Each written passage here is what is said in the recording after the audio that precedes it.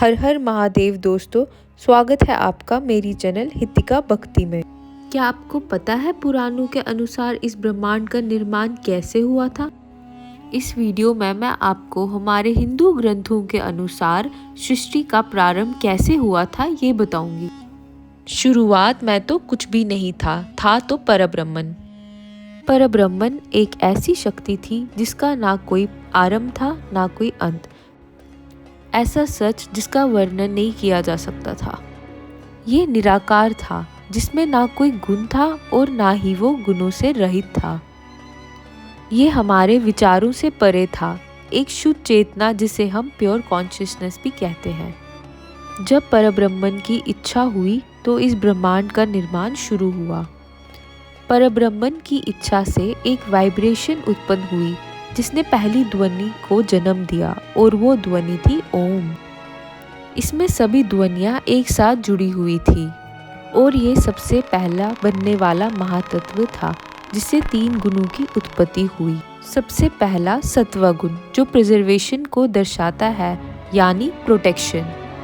दूसरा रजस गुण क्रिया को दर्शाता है यानी एक्शन। और तीसरा तमस गुण विनाश को दर्शाता है यानी डिस्ट्रक्शन। इन 3 गुणों के मिलने से पंच तत्व बने और वो पंच तत्व है हवा, पानी, धरती, आग और आकाश। इन पंच तत्वों ने प्रकृति को प्रकट किया और गुणों ने 5 इंद्रियों को जन्म दिया जिसमें सुनना, देखना, महसूस करना, स्वाद और गंध है। चारों ओर पानी ही पानी, लेकिन ऐसा कुछ भी नहीं जो डूब जाए। परब्रह्मन ने खुद को एक दिव्य रूप में प्रकट किया और पत्ते की तरह इस पानी पे लेट गए। जल को नारा कहते हैं और निवास को आयन, तो इसीलिए इनका नाम नारायण हुआ।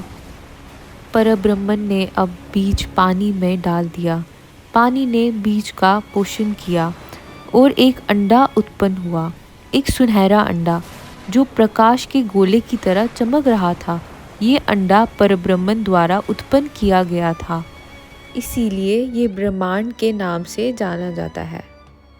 नारायण अब विष्णु के रूप में अंडे में प्रवेश कर गए। फिर उनकी नाभि से 14 पंखुड़ी वाला एक कमल उग गया और इस फूल से ब्रह्मा प्रकट हुए जो रजस गुण को दर्शाते हैं। विष्णु जी के अंदर 1 साल बिताने के बाद ब्रह्मा ने अंडे के 2 भाग कर दिए। ऊपरी भाग स्वर्ग बन गया और निचला भाग पृथ्वी।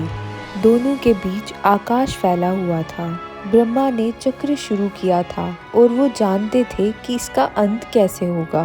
वे जानते थे कि प्रलय ही चक्र को खत्म करेगा और जैसे ही एक चक्र खत्म होगा तो एक नया चक्र जन्म लेगा।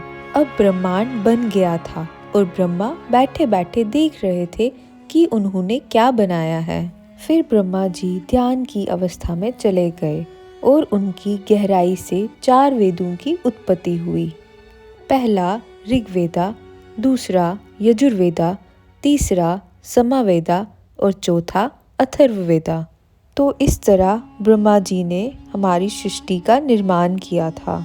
जल्द ही मैं आपके लिए इसका दूसरा एपिसोड भी लेके आऊँगी।